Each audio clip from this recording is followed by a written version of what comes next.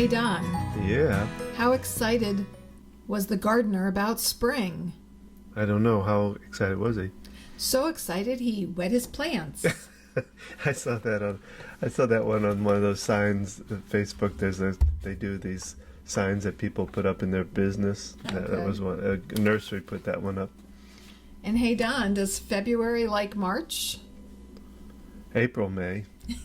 Yeah, beat me to the punch. When do monkeys fall from the sky? Oh my, I don't know. April. I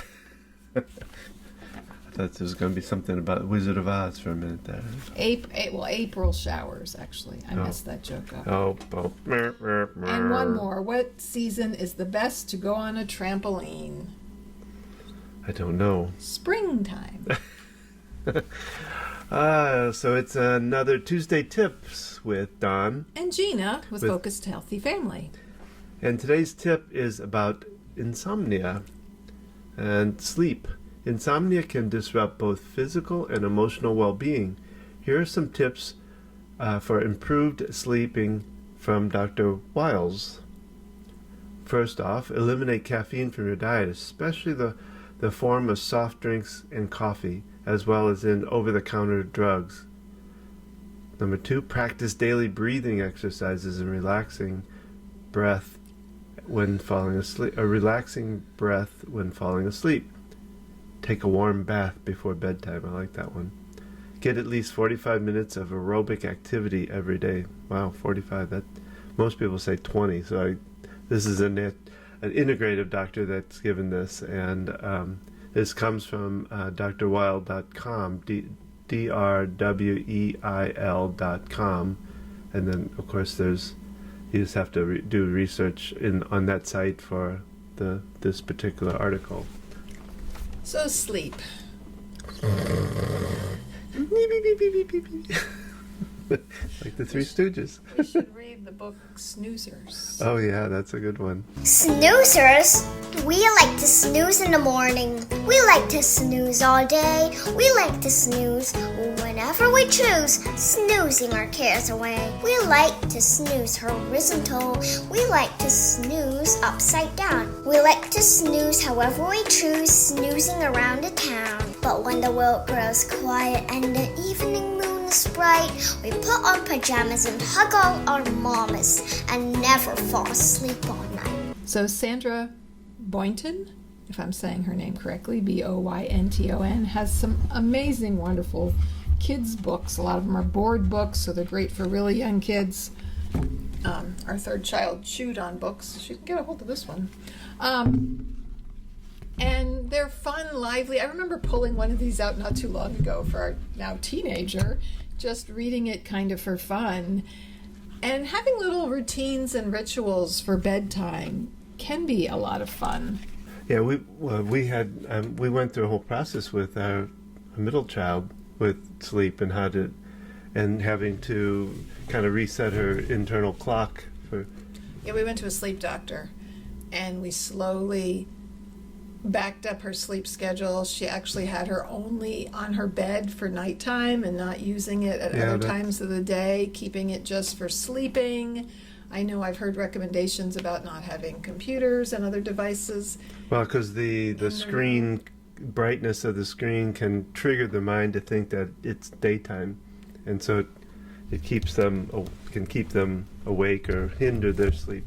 So shutting off different kinds of appliances, the type of lighting that you have in a room.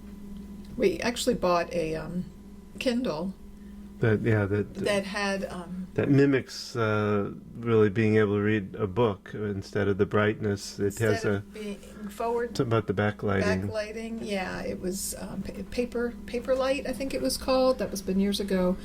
But the idea being it doesn't have the same effect as a regular screen does. And using lavender. I remember putting lavender on the pillow, or an infusion. What do you call it? Diffuser. You don't want to infuse that. Infuse some lavender into your veins, Don? No, not a good idea. So having different calming rituals and routines can be good for the whole household. reading before bed, even doing some gentle exercise, more like stretches. Yeah. Our daughter actually started doing that when she first lived on her own at her new place. Found on a video, probably on YouTube, of some different stretches to wind down from the day. And then,